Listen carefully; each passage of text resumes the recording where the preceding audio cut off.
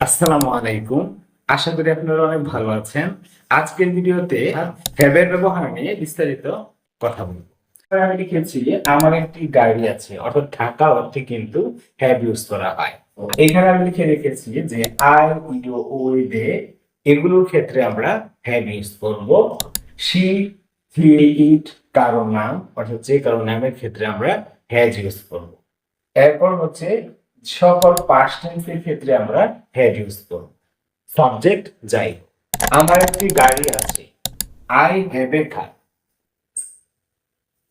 আমি ভাত খেয়েছি, এটা হচ্ছে প্রেজেন্ট পারফেক্ট হিসেবে ব্যবহার করব।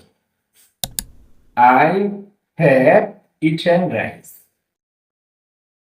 আমি সেই সিনেমাটি দেখেছিলাম, এটা পাস্ট পারফেক্ট হিসেবে ইউজ করব। I have seen the movie. আমি নাস্তা করি, অর্থাৎ খাওয়া অর্থে, সকালের নাস্তা করা অর্থে আমরা হ্যাভ ইউজ করি। আই হ্যাভ মাই ব্রেকফাস্ট, অথবা আই হ্যাভ ব্রেকফাস্ট দিলে সমস্যা নেই। আমাকে যেতে হবে, আই হ্যাভ টু গো, অর্থাৎ বাধ্যবাধকতার ক্ষেত্রে আমরা হ্যাভ টু ইউজ করে থাকি।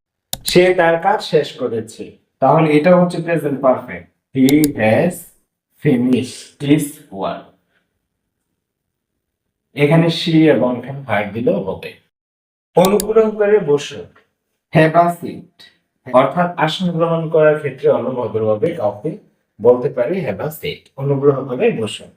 আমি চুল কাটিয়েছি, পজিটিভ ভার্বের ক্ষেত্রে আমরা হ্যাভ এর ব্যবহার করে থাকি, অর্থাৎ I had my hair cut.